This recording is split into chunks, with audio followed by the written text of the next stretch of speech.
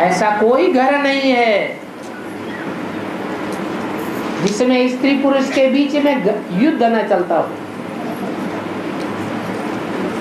स्त्री को ही घर कहा जाता है। वो युद्ध चाहे महाभारत युद्ध हो, चाहे रामायण का युद्ध हो, चाहे देवासुर संग्राम हो, हर एक युद्ध में निमित्त कौन बनती है? नारी ही निमित्त बनती है। इसलिए गृह युद्ध कहा जाता है। बाबा यहाँ जो युद्ध दिखाया गया वो पुरुषों में दिखाया गया हो, स्त्रियों में दिखाया नहीं गया महाभारत। रुद्रमाला के जो मणके हैं वो ज्ञानी तू आत्मा बाप के बच्चे हैं। बाप स्वयं महारुद्र है और रुद्र के बच्चे भी रुद्रगण हैं। रौद्र रूप धारण करने वाले हैं। झूठ की दुनिया के सामने विकराल रूप धारण कर लेते हैं। नहीं तो ये झूठ की दुनिया खलास नहीं होने वाली। इसलिए रुद्रमाला के जो भी आत्माएं हैं वो सब जन्म जन्मांतर के पुरुष हैं, राजाएं हैं, क्योंकि उन्होंने राजयोग सीख करके राजाई प्राप्त की। भगवान बाप आते हैं तो निराधार बनाते हैं, स्वाधीन बनाते हैं, आधीन होना नहीं सिखाते हैं। दुनिया के जितने भी मनुष्य हैं, महात्माएं हैं, सन्यासी हैं, धर्म पिताएं हैं, वो सब आधीन बनाने वाले हैं। कोई स्वाधीन नहीं बना सकता, बनाता ही नहीं। एक भगवान ही है जो आकर के स्वाधीन राजा बनाता है। राजा किसी के आधीन नहीं होता है। और कोई कहे कि हमने देहभान त्याग किया है तो मुरली सुनने की भी दरकार है। हाँ, जब नए नए पॉइंट कैसे पता लगेगा है मुरली सुनने बंद करने से तो नए नए पॉइंट कैसे पता लगेगा। और देहभान ही खत्म हो गया, आत्मा बन गए तो जाओ परम धाम। फिर मुरली सुनने की दरकार ही क्या रह गई? परम धाम में वापस जाने के लिए तो ये सारी पढ़ाई है। कोई पढ़ाई पढ़ के, स्वेच्छा से पढ़ाई पढ़ के परम धाम जाने लायक बन जाते हैं। कोई नहीं पढ़ते हैं तो कर्म भोग भोग करके आत्म की स्थिति को प्राप्त करते हैं। कर्म भोग जाती है, पढ़ाई भी नहीं है, तो धर्मराज की सजाओं से देवान छांट दिया जाता है। देवान का जो भी छिलका है वो धर्मराज के दंडों से उतर जाएगा, फिर वापस परम धाम जाने लायक बन जाएंगे। तो अभी अगर कोई कहता है कि हमारा देवान खत्म हो गया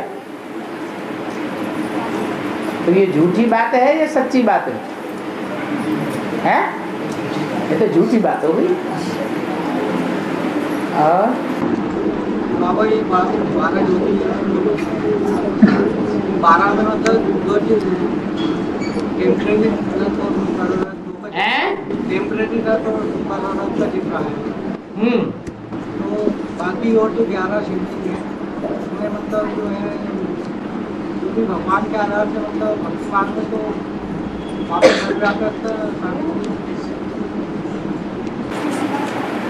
आपको गलतफहमी हो गई।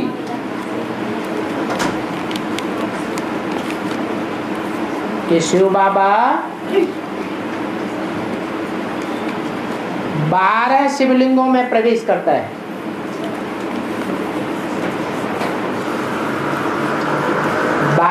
में बाप के रूप में प्रवेश करेगा तो क्या ज्यादा में नहीं प्रवेश कर सकता? एक व्यापी है या अनेक व्यापी है? वो तो मुकर्रर का मतलब क्या हुआ? मुकर्रर माना सदाकाल। संगम युग में जब बाप बाप के रूप में एक बार प्रत्यक्ष हो गया तो जब तक संगम युग है तब तक एक ही मूल रथ के द्वारा सारा कार्य संपन्न होता है। इसलिए 12 रुद्र नहीं है, 12 ज्योतिर्लिंगम नहीं है, एक ही ज्योतिर्लिंगम है, बाकी 11 रुद्र है। 11 रुद्रगण गाए हुए हैं।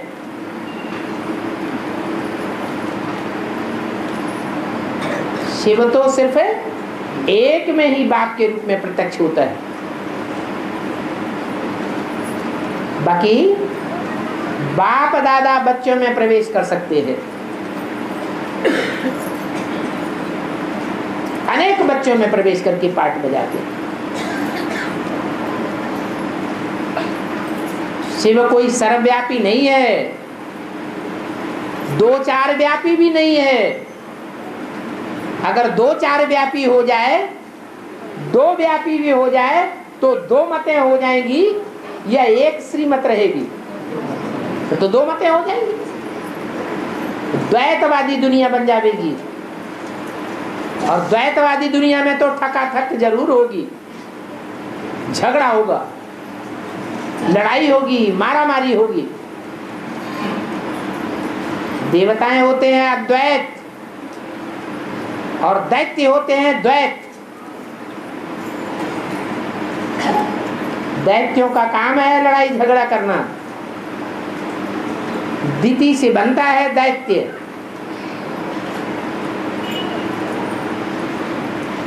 दिति अर्थात विघटन करने वाली, तोड़ फोड़ करने वाली। भगवान बाप तो हम बच्चों को अद्वैत बनाने के लिए आया है। वसुधैव कुटुंबकम, सारी दुनिया एक कुटुंब बन जावे। तो एक बाप होगा तब एक कुटुंब बनेगी, या 2-4 बाप होंगे तो कुटुंब बनेगी? बाप भी एक ही होने चाहिए। तो बाप एक व्यापी होकर आता है, अनेक व्यापी होकर नहीं आता।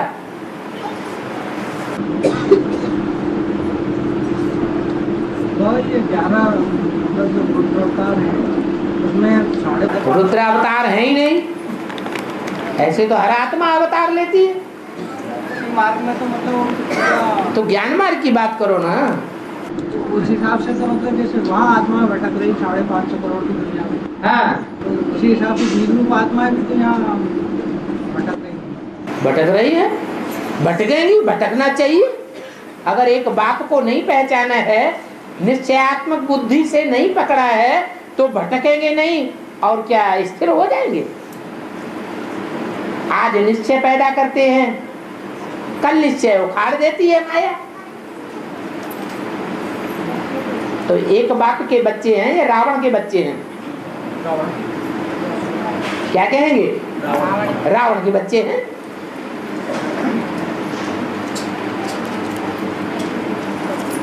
निश्चय बुद्धि विजयते, अनिश्चय बुद्धि खलास।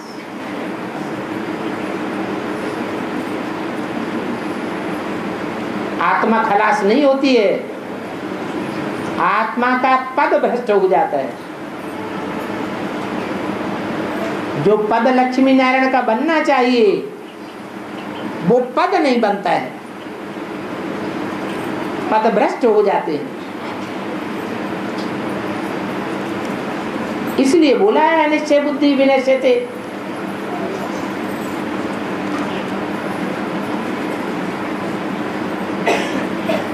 ज्ञान में आते हैं, शुरुआत में सतो प्रधान स्टेज होती है तो निश्चय पत्र स्टाम्प पेपर पर लिख के दे देते हैं। फिर संघ के रंग में आते आते तमो प्रधान बनते हैं तो अनिश्चय बुद्धि विनश्यते की लिस्ट में चले जाते हैं।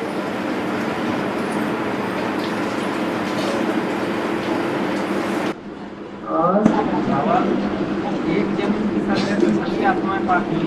आदि तो ये पॉइंट नास्तिक धर्म की जो आत्माएं हैं उसका कैसे लाते? वो भी अंत समय में जब चारों तरफ मौत ही मौत देखेंगे, चारों ओर एटम बम फटेंगे, तब वो भी भगवान को मानेंगी, कहेंगी ओ गॉड फादर। उनके मुंह से भी अनायास निकलेगा, वो भी भगवान का सहारा लेंगी।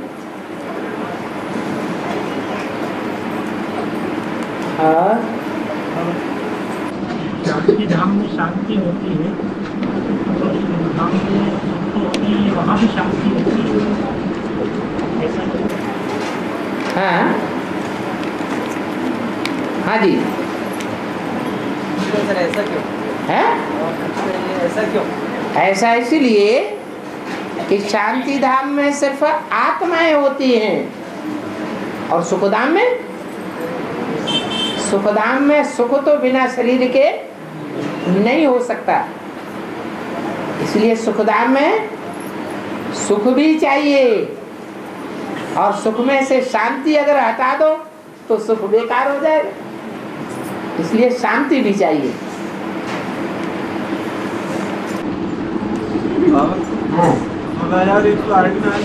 सरेंडर होना पड़ता है। 16,108 जो है वो राज परिवार की माला है, राजाई प्राप्त करने वालों की माला है, राजाई घराने में आने वालों की माला है, जिन्होंने राजयोग सीखा है। और राजयोग तभी सिद्ध होता है जब तन मन धन समय संपर्क सब अर्पण कर दिया जाए।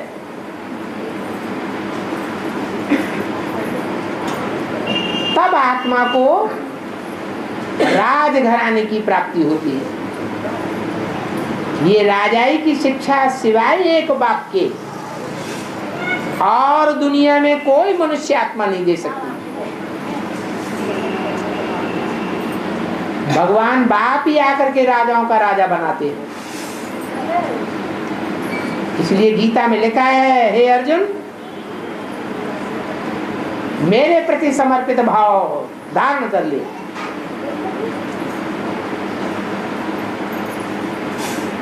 मैं कोई देहधारी नहीं हूं जो तेरे को अहंकार आए। मैं तो देह से परे हूं, विदेही हूं।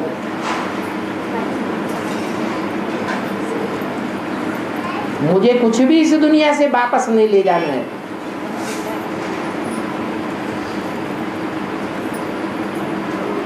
मेरी कोई इच्छा नहीं है।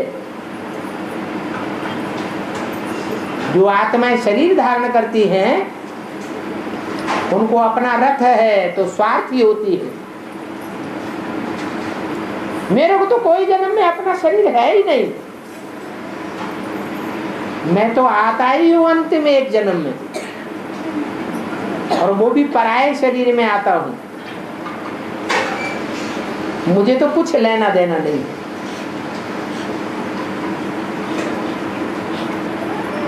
तो ऐसे बाप के प्रति अर्पण में होने में क्या घाटा आ जाएगा।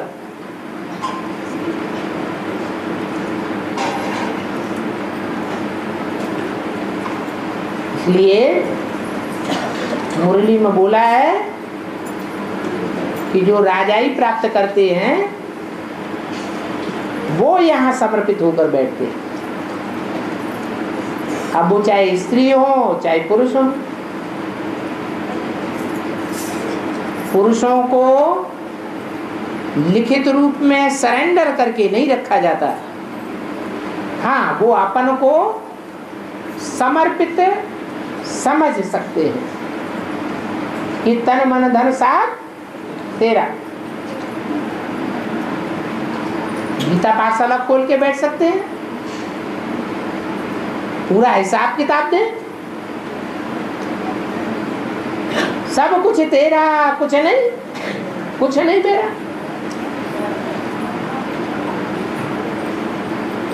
बाप कोई किसी का ले लेते हैं क्या? कहते हैं तुम अपने पास ही रखो, सिर्फ ईश्वरीय सेवा में लगाते जाओ।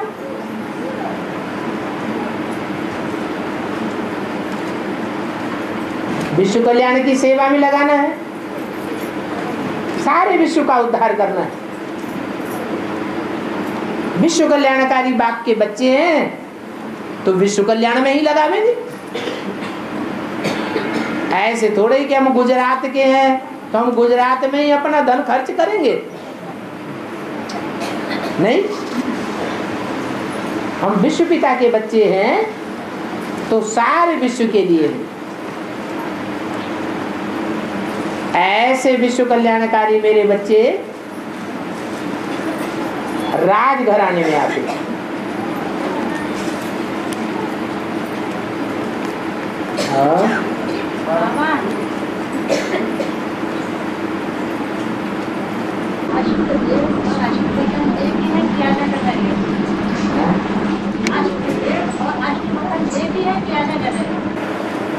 उनको कहा जाता है अष्टदेव।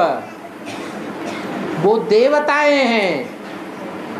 जो देवताएं होते हैं वो 84 जन्म लेने वाले होते हैं या कम जन्म लेने वाले होते हैं? 84 जन्म लेने वाले को ही देवता कहा जाता है। कम जन्म लेने वाले तो खंडित हो गए, खंडित को देवता नहीं कहा जाता। तो जो देवता हैं वो सब सूर्यवंशी हुए या चंद्रवंशी भी हुए, सब सूर्यवंशी हैं। हीरो पार्टधारी के हीरो बच्चे हैं, हीरो पार्ट बजाने वाले हैं। 500-700 करोड़ की दुनिया के बीच बीज रूप बाप पूर्वज का पार्ट बजाने वाले। वो एक एक बीज में एक एक दुनिया समाई हुई है। वो अपनी अपनी दुनिया के हीरो हैं। हीरे को हीरो कहा जाता है। और रतन, रतन तो 9 प्रकार के होते हैं। उनमें हीरा भी है, मोती भी है, माणिक भी है, पुखराज भी है, पन्ना भी है। एक से एक ऊंची वैल्यू वाले हैं, एक से एक कम वैल्यू वाले हैं। जैसे कि ब्राह्मणों की 9 पुरियां गिनी जाती हैं, ऐसे ही 9 रतन भी हैं। ब्राह्मणों की 9 कुरियां एक से एक ऊंची कुरी की है।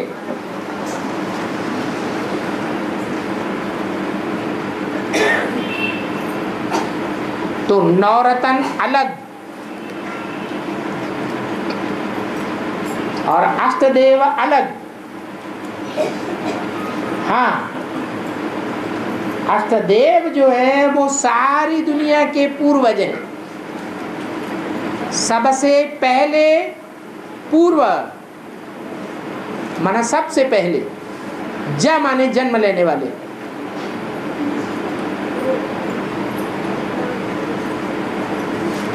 संगम युग में उन्होंने अपनी प्राप्ति की है। संगम युग में ही उन्होंने स्वर्ग का स्थापन किया है।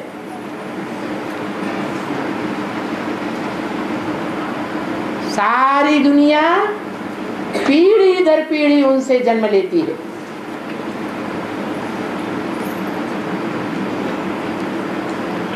जो रतन है वो कम वैल्यू होने के कारण और धर्मों में कन्वर्ट होते हैं। जो कन्वर्ट होने वाले हैं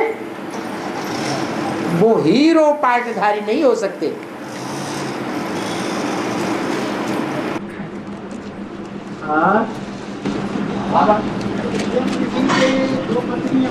हाँ जी, एक से ढूंढता भी और एक से देख। हाँ जी, बीज तो एक ही था ना एक ही आलू का बीज, वही आलू दक्षिण भारत में जब बोया जाता है तो गैस पैदा कर देता है, और वही आलू उत्तर भारत में पैदा किया जाता है तो गैस है ही नहीं। वहां का आलू सारे भारत में भेजा जाता है, पसंद किया जाता है। तो बीज तो एक है लेकिन धरणी तो एक नहीं है। धरणी तो दो हो गई ना। धरणी को माता कहा जाता है।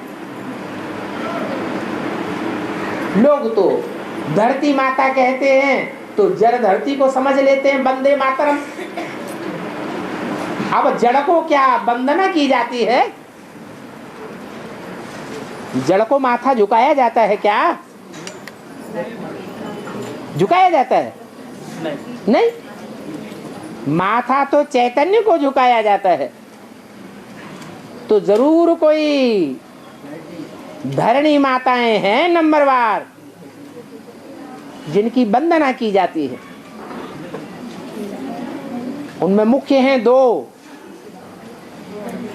एक है भारत माता और दूसरी है जगदम्बा। भारत माता की वंदना की जाती है। बोलते हैं भारत माता की जय। ऐसे नहीं सुना होगा, जगदम्बा की।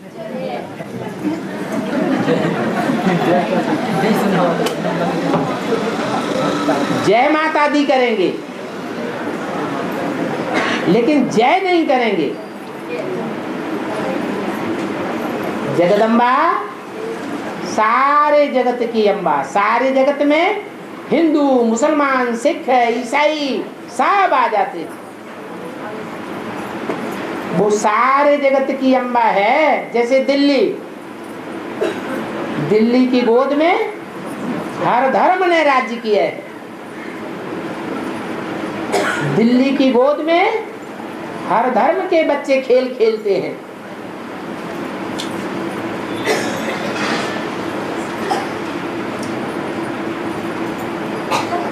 तो वो है जगदम्बा और वो है भारत माता। लेकिन भारत माता शिव शक्ति अवतार गाया जाता है। जगदम्बा के लिए ऐसे नहीं कहते हैं शिव शक्ति अवतार, क्योंकि वो विदेशियों के प्रभाव में आ जाती है।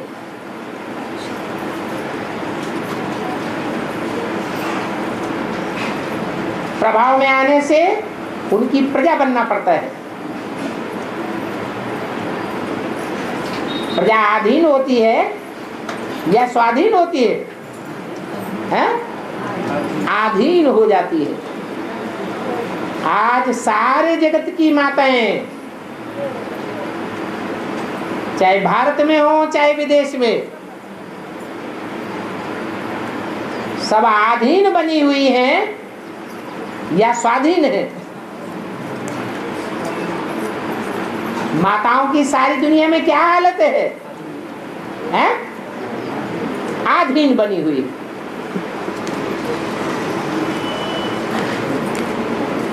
जगदम्बा होती है द्वापर कलयुग में। द्वापर कलयुग में जगदम्बा का वर्चस्व है। और सतयुग त्रेता में सिर्फ भारत ही होता है, भारत की इधर नहीं होती है। उसको कहते हैं भारत माता शिव शक्ति अवतार। प्योरिटी की बात है।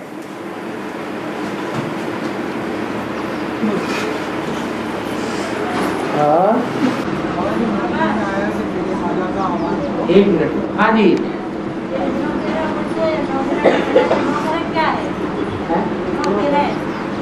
नौ ग्रह है। अरे घर ग्रस्त तो सुना है कि नहीं? सुना है? ग्रह माने घर। तो ये 9 ग्रह हैं, ये भी एक प्रकार के घर ग्रस्त हैं। जैसे नवग्रह होते हैं वैसे ही ब्राह्मणों की 9 कुरियां होती हैं, 9 ग्रह होते हैं और 9 कन्याओं का पूजन होता है, 9 देवियां होती हैं। अगर देवियां न हो तो घर गृहस्थ की स्थापना हो जाएगी? है नहीं हो जाएगी। तो देवियां भी हैं तो उनके पीछे कोई देवता भी होंगे, वही अष्ट देव और 9 देव। तो पूरा घर गृहस्थ परिवार है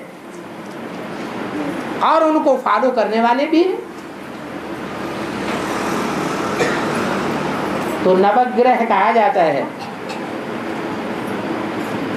कोई कम पावरफुल है, कोई ज्यादा पावरफुल है।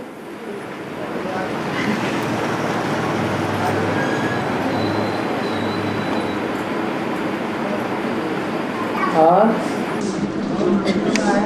माला का आह्वान, हाँ जी, माला का आह्वान मुरली में नहीं आया है, अव्यक्त वाणी में है, डायरेक्शन है। हाँ हाँ जी, हाँ जी। अव्यक्त वाणी के अनुसार संगठित रूप से ये तो नहीं कहा संगठित रूप में करो या एकाकी करो, कैसे भी करो, जो जितना करेगा वो उतना पावेगा। कोई बच्चे मातेले होते हैं तो मातेले बच्चों को माता याद आएगी या नहीं आएगी? यहाँ याद करने की बात नहीं है, यहाँ तो आवाहन करने की बात है। आवाहन करना अलग बात और याद करना अलग बात। याद तो हमें सिर्फ एक शिव बाबा को करना है और आवाहन शिव की शक्ति को करना है। शिव की शक्तियां नंबरवार हैं और नंबरवार शक्तियों में कोई अव्वल नंबर भी होगी। जो अव्वल नंबर होगी वो अव्वल नंबर पार लगाने वाली पार्वती होगी। इसलिए मुरली में बोला है तुम सब पार्वतियां हो, सब पार लगाने वाली हो, माने नंबरवार हो। कोई अव्वल नंबर शिव शक्ति भी है।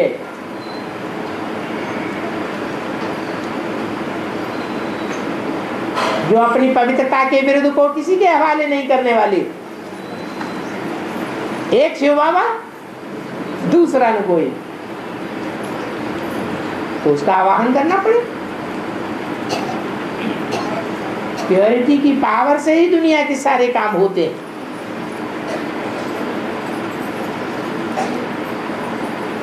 तो स्वर्ग भी कौन सी पावर से स्थापन होगा? पवित्रता की पावर से ही स्वर्ग स्थापन हो सकता है। ये रुद्रमाला के मण के राजा तो बनने वाले हैं, लेकिन हिस्ट्री में इन राजाओं की दशा क्या हुई?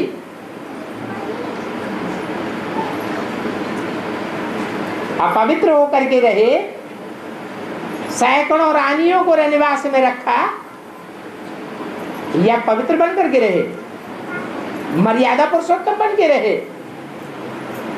क्या बन के रहे? अपवित्र रहे। तो इनके बस की बात नहीं है स्वर्ग स्थापन करना। ये पवित्रता के लंगड़े हैं।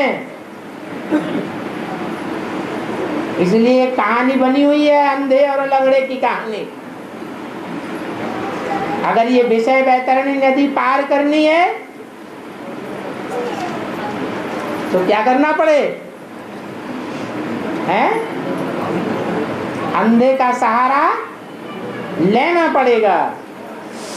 वो है अज्ञान की अंधी, ज्ञान नहीं है। और रुद्रमाला के मणके हैं अपवित्रता के लंगड़े। तो लंगड़ों को सहारा लेना ही पड़ेगा अगर विषय वैतरणी नदी पार करनी है तो। नहीं तो ये बंदरियों की सेना है, ये पार लगाएगी नहीं और ही डुबाई देगी। कहा जाता है बंदरों की सेना। बड़े स्त्री चोले हैं तो भी जन्म जन्मांतर के राजाएं हैं, राजघराने में जन्म लेने वाले हैं। इसलिए पुरुष रूप दिखाया गया है।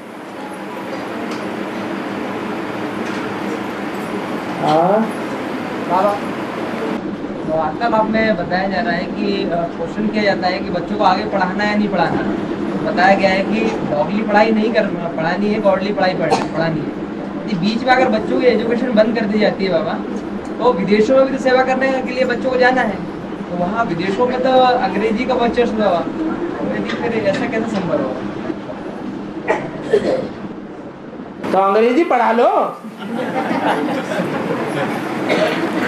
एजुकेशन चाहिए। अरे अंग्रेजी को ही एजुकेशन कहा जाता है। एजुकेशन में सिर्फ अंग्रेजी आती है क्या?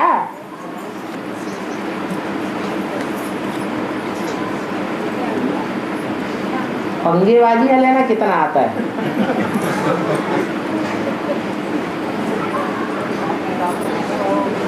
क्या हिसाब किताब है?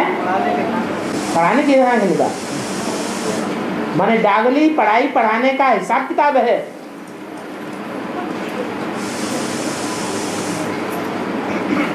अब जो जैसा होगा वो वैसा बनावेगा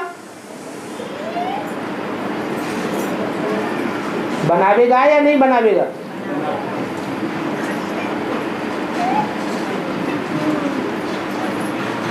गॉड और गॉडेस बनने वाले होंगे, गॉड और गॉडेस होंगे तो क्या बनावेंगे? गॉड गॉडेस बनावेंगे। डॉग एंड विचेस होंगे तो हैं? तो वही बनावेंगे।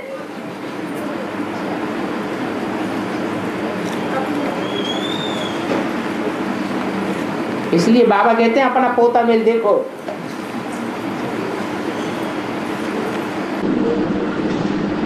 बाबा अष्टदेव की प्राप्ति और शिव बाबा से प्राप्ति ज्ञान में अंतर आ जाएगा। मनुष्य आत्माओं के पास क्या है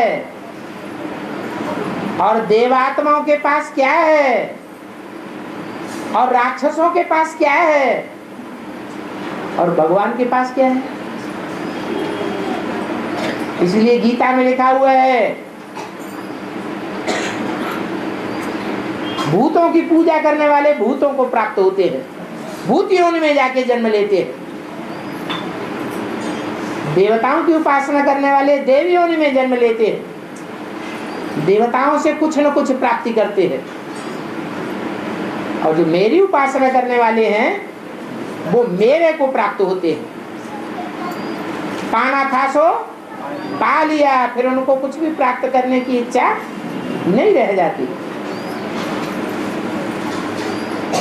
सब कुछ प्राप्त करना है तो भगवान की उपासना करना है, नहीं तो वही हाल हो जाएगा। भक्त हनुमान की पूजा करते हैं,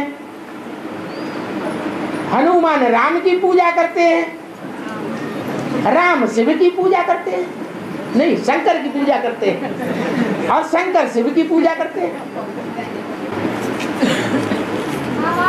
हाँ जी, हर महीने 5 इलेक्ट्रिक से आपको काय मानी जाती बाबा? 5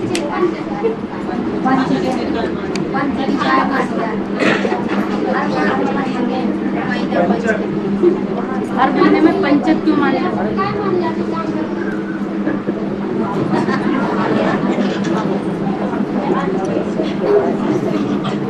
पहले ज्ञान की और बातें समझ लो, फिर ये पंचक का पचड़ा बाद में देखेंगे।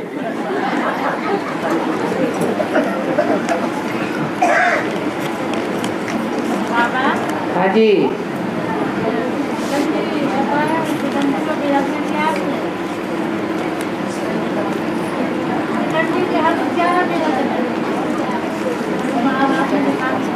कि जोर से बोलो, ये अलका माता सुने, हमारे तो कान बहरे हो गए।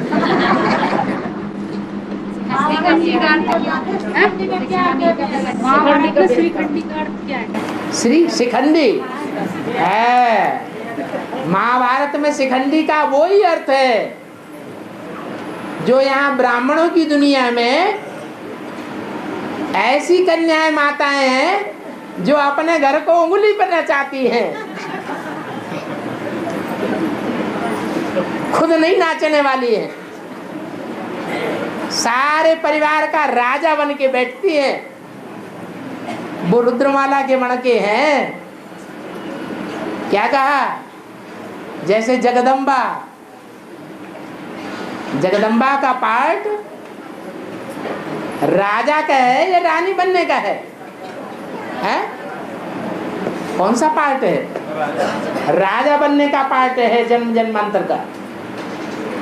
तो जन्म जन्मांतर का जो राजा बनने का स्वभाव संस्कार वाला है, अगर इस अंतिम जन्म में स्त्री चोला भी धारण करता है तो वो किसी के कंट्रोल में रहेगा या कंट्रोल में चलाएगा? है? क्या करेगा? चलाएगा। भगवान भी उतर आए तो भगवान के भी कंट्रोल में रहने वाली जगदम्बा नहीं है। तो समझ लो जगदम्बा की भुजाएं कौन कौन बैठी हुई है। जो जगदम्बा की भुजाएं हैं वो आधा टाइम स्त्री का पार्टी भी बजाती हैं और आधा टाइम पुरुष का पार्टी भी बजाती है। उसको शिखंडी कहा जाता है। शिखा कहा जाता है चोटी को। बाबा कहते तुम चोटी के ब्राह्मण हो, तुम नीचे गिरते हो तो सारी दुनिया नीचे गिर जाती है। तुम माताएं कन्याएं रुद्रमाला के मण के ऊंची उठती हो तो सारी दुनिया ऊंची उठ जाती है। इसलिए बोला एक के पतित बनने से सब पतित बन जाते हैं और एक के पावन बनने से सब पावन बन जाते हैं। इसलिए रामायण में लिखा है कि मैं कन्याओं माताओं के लिए आता हूँ। धरणी पर जब ज्यादा अत्याचार होते हैं तो धरणी माता का उद्धार करने के लिए मुझे आना पड़ता है। ये धरणी माता सिर्फ भारत को नहीं कहा जाता, इसको कहा जाता है। अरे धरणी में सिर्फ भारत ही है या सभी देश हैं? सभी देश हैं। इसलिए उसका नाम जगदम्बा है, सारे जगत की अम्बा। वो जगदम्बा अभी विधर्मी बच्चों के कंट्रोल में आ चुकी है।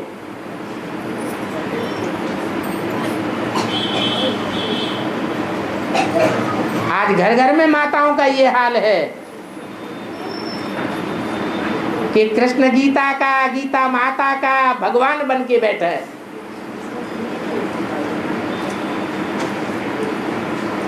वो गीता माताएं। माता का कंट्रोल होना चाहिए बच्चे के ऊपर, लेकिन हो क्या रहा है? घर घर में वो कृष्ण बच्चे माताओं के ऊपर कंट्रोलर बने बैठे हैं। गीता माता के पति परमेश्वर बन गए।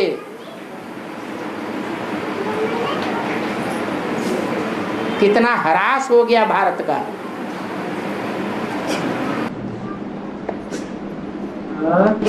आवाज जो वासुदेव देव ने वो सरेंडर में से ही तो कुछ नहीं कहा। सरेंडर आप किसको समझते हैं? कागज पर लिखने वाले को ही सरेंडर कहते हैं, या प्रैक्टिकल में जो सरेंडर हो उसको सरेंडर कहते हैं। प्रैक्टिकल में देखा जाए, सब समझें, इसने अपना सारा तन माने बीवी बाल बच्चे सब ईश्वरीय सेवा में लगाए हैं।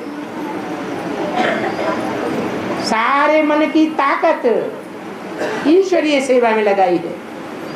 सारी जिंदगी का कमाया हुआ धन ईश्वरीय सेवा में लगाया।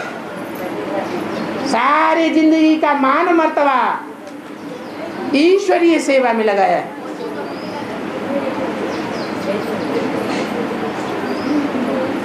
तन धन धाम सुहृद परिवारा सबके ममता ताग बटोरी। सब इकट्ठा करके ईश्वर में लगाए।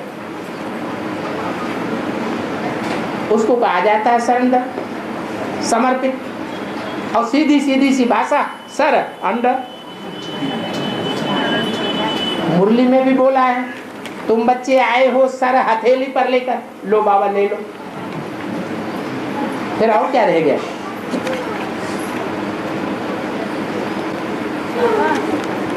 हाँ जी। 5 पांडव किसी को पुत्र बताए हैं और 5 पुत्र कौन है पांडव? 5 पांडव कौन से पुत्र बताए? कुंती के पुत्र नहीं थे 5 पांडव। टीवी को ध्यान से देखा करो। है? हमारा पंडा कौन है? शिव बाबा। तो पंडा से पैदा हुए पांडव, जैसे ब्रह्मा से पैदा हुए ब्राह्मण, विष्णु से पैदा हुए वैष्णव, शिव से पैदा हुए शैव।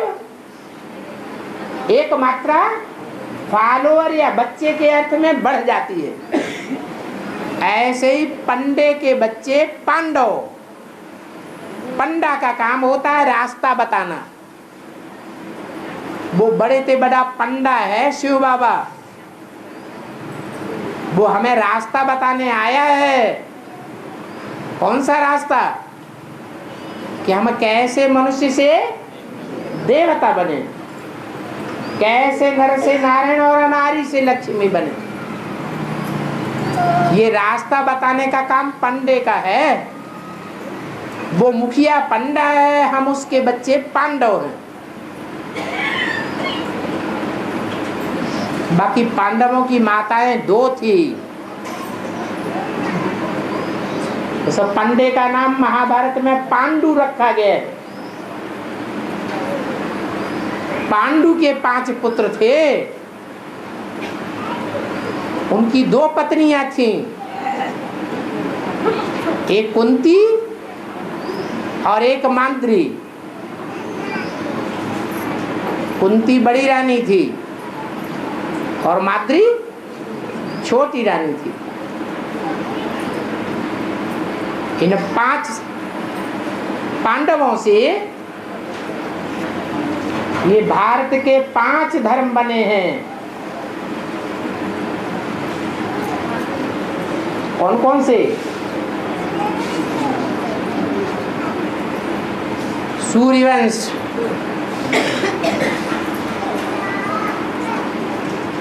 चंद्रवंश,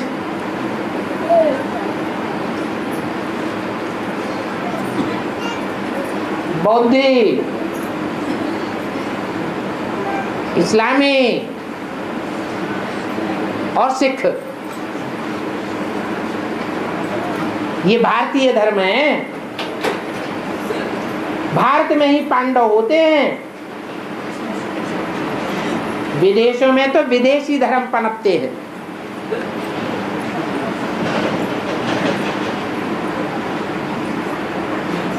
युधिष्ठिर और युधिष्ठिर की औलाद वो है जो अपने पुरुषार्थी जीवन की आदि से लेकर अंत तक माया के युद्ध में स्थिर होकर के रहते हैं। इसलिए उनका नाम पड़ा युद्ध स्थिर, युधिष्ठिर।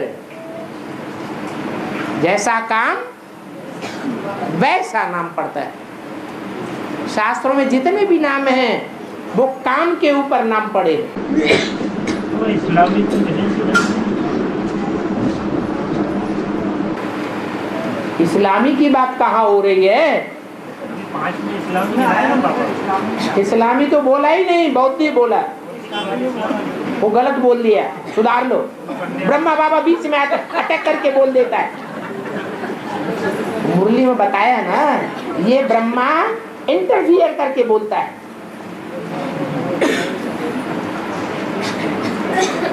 और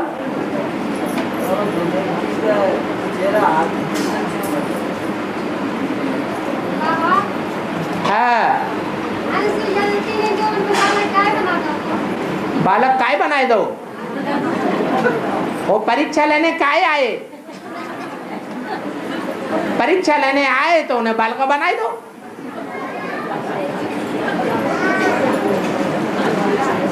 तुम्हारी कोई परीक्षा लेने आए तुम भी बालक बनाए देना।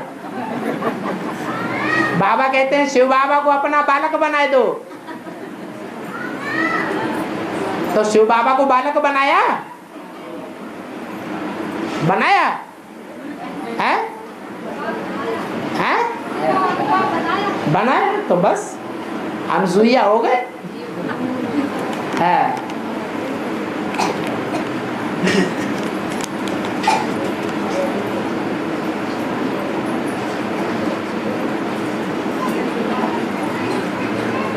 जिस बच्चे की सतयुग में मृत्यु हो जाए वो आत्मा फिर कौन सी युग में जन्म लेती है?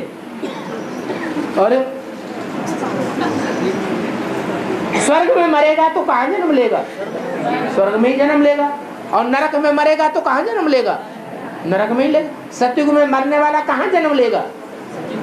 सतयुग में ही जन्म लेगा।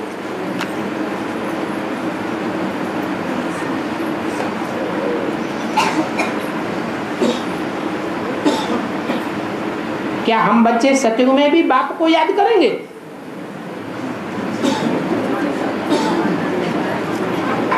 वहां कौन से बाप को याद करना है? अरे सतयुग में तो सुख मिल गया, सुखी जीवन बन गया, सदगति हो गई, फिर याद करने की क्या दरकार? याद तो तब करते हैं जब दुखी हो जाते हैं।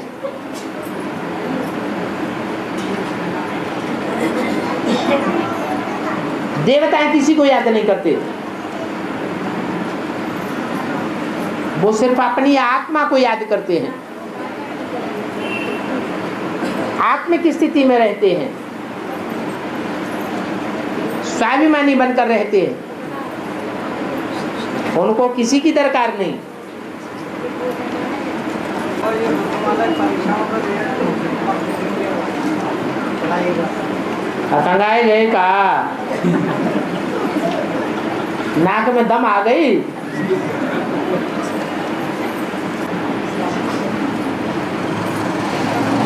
भक्ति मार्ग का एक भी अंश रहेगा तो शरीर छोड़ना पड़ेगा। तो भक्ति मार्ग के कौन कौन से अंश हैं?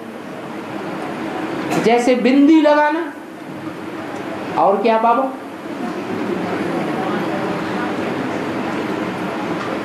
ये बिंदी लगाना,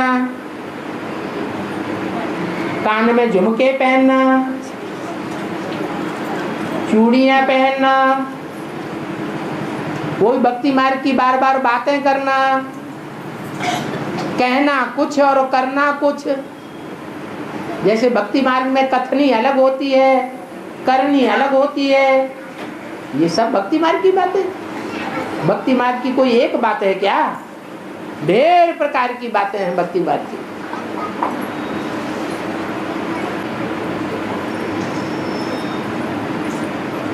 कल्प कल्प ड्रामा रिपीट होता है तो पुरुषार्थ भी उतना ही होगा ना जितना पहले कल्प में हुआ है। वो तो ठीक, लेकिन पूछना क्या चाहते तो लिखा ही नहीं।